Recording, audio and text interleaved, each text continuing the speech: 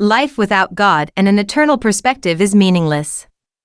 The book of Ecclesiastes speaks with a voice that pierces through every generation, exposing the deepest longing of the human heart.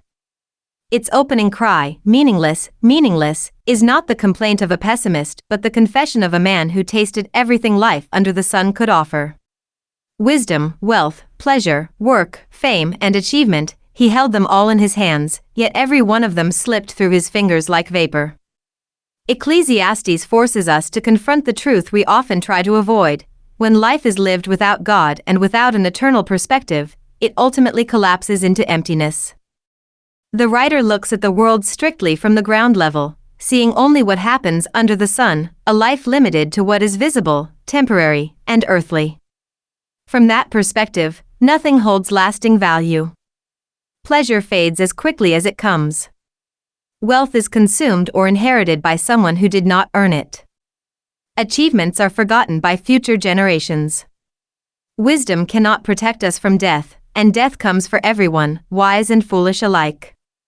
Even our work, which we invest so much time and energy into, becomes a burden when detached from a higher purpose. This is the painful honesty of Ecclesiastes. Nothing in this world is strong enough to carry the weight of ultimate meaning. The human heart was made for more than what the world can provide. Modern society still echoes the same pursuit of meaning apart from God. People chase success, pleasure, or recognition in hopes these things will fill the empty spaces within their souls. Yet the more they grasp, the more restless they become.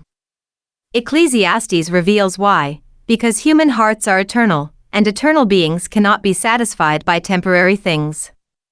If all we have is life in the present moment, and death is the final end, then even the greatest joys eventually dissolve into despair.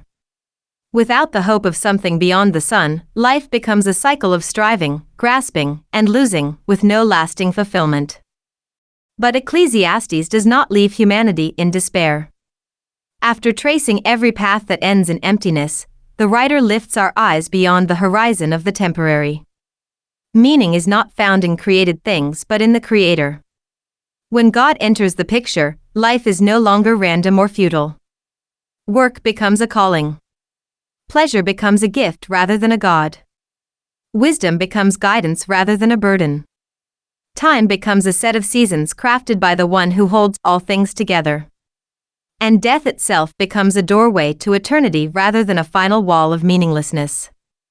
Life finds its anchor when it is rooted in the eternal God who gives purpose to every moment. Ecclesiastes concludes with a simple yet profound declaration: humanity finds its purpose in honoring God and walking in His ways. In this relationship with Him, life gains coherence, direction, and substance. What once felt fleeting becomes meaningful. What once felt heavy becomes purposeful. What once felt hopeless becomes filled with promise. The book reminds us that everything under the sun is vapor, but the one who is above the sun is eternal, unchanging, and able to give lasting value to our lives. In the end, Ecclesiastes calls every person to look beyond what the world offers and recognize that true meaning is found only in God. Without Him, life loses its center and dissolves into futility. With Him, even the simplest tasks become sacred and the darkest seasons become filled with hope. Only the eternal God can satisfy the eternal heart. Only His presence gives significance to all we do. Only His promise of eternity rescues life from meaninglessness. In Him alone, everything finally makes sense.